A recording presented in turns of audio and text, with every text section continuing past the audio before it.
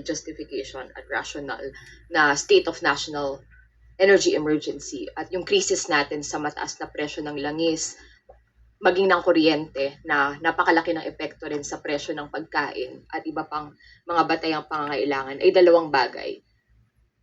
Una, parang sinasabi ho natin na dun sa date na kung kailan natin i-move no, yung barangay at SK elections ay naresolba na no, yung crisis na ito na hinaharap natin.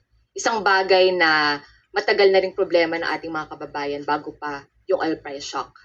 Bukod pa dyan, yung state of national energy emergency nakabatay ho dun sa geopolitical tension din na nasa labas ng bansa. Kumbaga, yung US war on Iran, di ba? Yung situation sa Strait of Hormuz at iba pang mga external no, na reasons na labas po sa ating kontrol. Pangalawa, para pong meron na tayong admission na walang konkreto at agaran na solusyon ang pamahalaan sa hinaharap natin na krisis.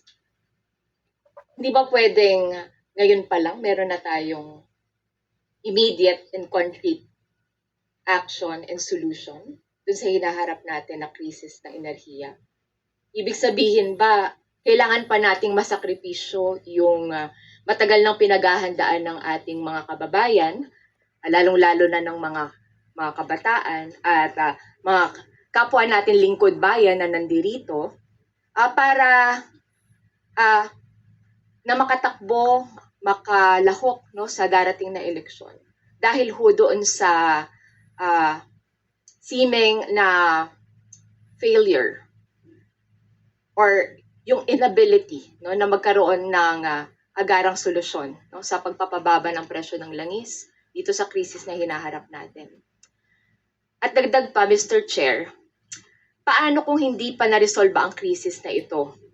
Dahil magpo-postpone na tayo ngayon dahil dito sa energy crisis, ito ho ay isang delikado na precedent na sinasabi natin hanggat nandyan ang krisis, ibig sabihin, postpone lang tayo ng postpone ng isang napakahalagang exercise na ito na napakahalaga sa demokrasya dito sa ating bansa. Yun ho yung aking mga pangunahin na pag-aalinlangan. No? Hindi lang sa mismong postponement, na sa kasaysayan naman ay lagi ho talaga naming tinututulan sa paniniwala na ito ay nakakalabag dun sa conduct ng regular at periodic elections sa ating bayan. Pero yung mismong paggamit ng energy crisis bilang basis ng postponement, yun ho, no, yung aking mga pangunahin na hindi lang agam-agam, pero sa tingin ko ho ay seryoso na isang bagay na wala namang direkta no, na link dun sa mismong logistical preparations at mismong conduct ng election sa darating na November.